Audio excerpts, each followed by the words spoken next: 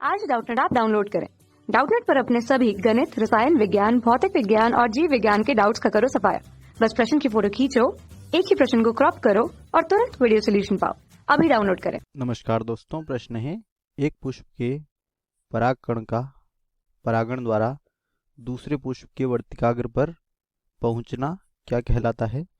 तो दोस्तों, हमसे यहाँ पर प्रश्न में कहा गया है कि जब एक पुष्प का परागण की क्रिया के द्वारा दूसरे पुष्प के वर्तिकाग्र पर पहुंचता है तो वह क्या कहलाता है। तो दोस्तों, इसके लिए हमें यहाँ पर निम्नलिखित 4 विकल्प दिए गए हैं, जिसमें पहला दिया गया है स्वपरागण, दूसरा है परपरागण, तीसरा है वायु परागण और चौथा और आखिरी विकल्प है क्लिस्टोगेमी।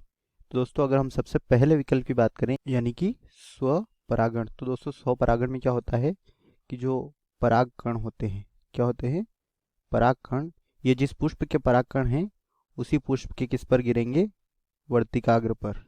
ठीक है, किस पर गिरेंगे, उसी पुष्प के वर्तिकाग्र पर गिरते हैं। तो दोस्तों, इस क्रिया को स्वपरागण कहा जाता है।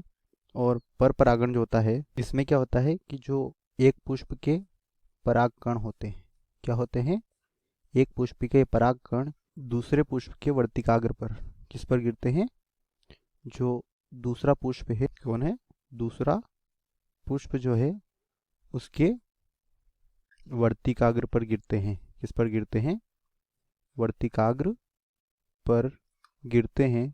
तो इस क्रिया को परपरागण कहा जाता है और परपरागण हेतु किसी माध्यम की आवश्यकता होती है।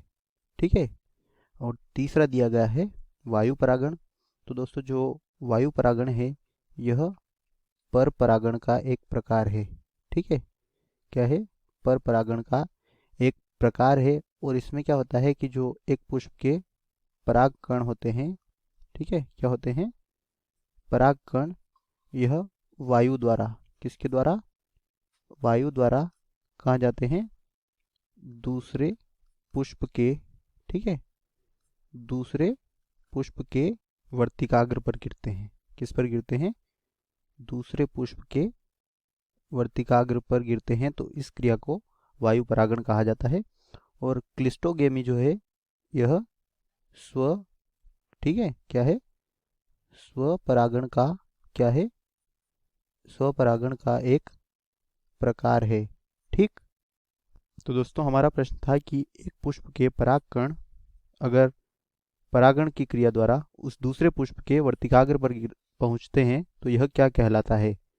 तो दोस्तों, हमने देखा कि जो परपरागण होता है उसमें परागकण जो होते हैं, एक पुष्प के परागकण वह दूसरे पुष्प के वर्तिकाग्र पर जाते हैं और इस हेतु किसी माध्यम की आवश्यकता होती है और इस प्रकार का परागण परपरागण कहलाता है। तो दोस्तों, उपरोक्त विकल्पों में से जो दूसरा विकल्प है वो हमारे प्रश्न का सही उत्तर है। आशा करता हूँ दोस्तों आपको यह उत्तर समझ में आया होगा। धन्यवाद। कक्षा 6 से 12वीं से लेकर नीट, IIT, JEE वो एडवांस के लेवल तक 1 करोड़ से ज्यादा छात्रों का भरोसा। आज ही डाउनलोड करें डाउटनेट ऐप या व्हाट्सएप करें अपने सारे डाउट्स 8400 400 400 पर।